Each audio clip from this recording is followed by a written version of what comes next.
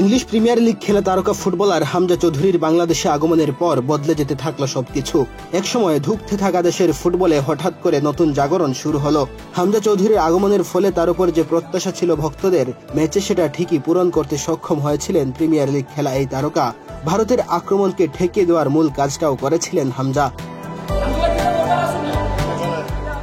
দেশের মানুষ হামজাকে যেভাবে নিজের করে নিয়েছেন তা দেখে প্রবাসী অনেকেই স্বপ্ন দেখছেন জাতীয় দলে খেলার।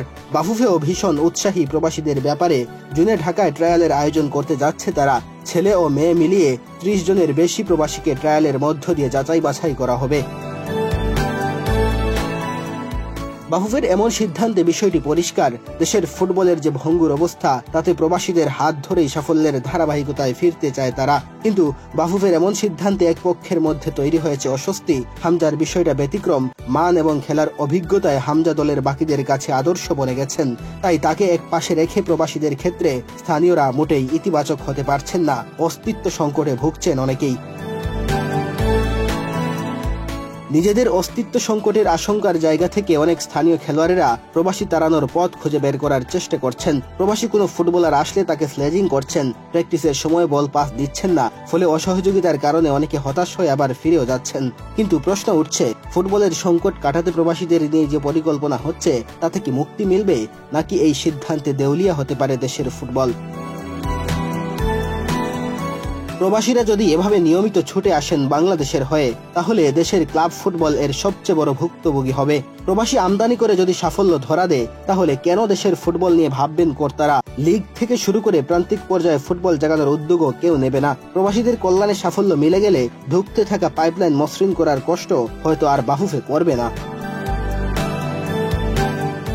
অস্তিত্ব সংকটে থাকা স্থানীয় খেলোয়াড়দের সাথে প্রবাসী ফুটবলারদের মধ্যকার এই দূরত্ব দূর করতে হবে এবং সেই কাজটা বাফুফেকে করতে হবে। কারণ একটা ভারসাম্য যদি না থাকে, তবে দুই গোল হারানোর শঙ্কাও দেখছেন ফুটবল বিশ্লেষক আহমেদ শায়েক। প্রবাসী ফুটবলারদের জাতীয় দলে খেলিয়ে দেওয়ার পুরো বিষয়টাই তার কাছে সাফল্য পাওয়ার সাময়িক টুটকা মনে হয়েছে। এই টুটকায় পাওয়া সাফল্য অর্জন করলে সেটা কখনোই স্থায়ী হবে না বলে মন্তব্য করেছেন তিনি। বাংলাদেশ দলকে স্থায়ী সাফল্য পেতে ক্লাব পর্যায়ে একাডেমি এবং বয়স ভিত্তিক দলগুলোতে নজর দিতে হবে। বয়স ভিত্তিক পর্যায়ে খেলাগুলো চলমান রাখতে হবে। দেশের বিভিন্ন প্রান্ত থেকে উঠে আসা ফুটবলারদের যদি অবহেলা করা হয়, তাহলে কখনোই দেশের ফুটবল এগোবে না। তবে বাফুফের সামনে সবচেয়ে বড় চ্যালেঞ্জ হলো দুই পক্ষকে ঠিকঠাকভাবে সমন্বয় করা, একে অপরকে মানিয়ে নেওয়া। হামজা ছিলেন ব্যতিক্রম, সবাইকে সহজেই আপন করে নিয়েছেন। অন্যরাও হামজাকে আদর্শ মেনে আপন করে নিয়েছে। তবে সব প্রবাসীর ক্ষেত্রে এমন হবে না, কারণ স্থানীয় ও প্রবাসীদের মধ্যে ভারসাম্য আনা না গেলে বাংলাদেশের অবস্থাও একসময় হতে পারে পাকিস্তানের মতো। প্রবাসী আমদানি তত্ত্ব দেশটির ফুটবলকে একেবারে শেষ করে দিয়েছে। মেহেদী হাসান তালহা, বাংলাদেশ প্রতিদিন।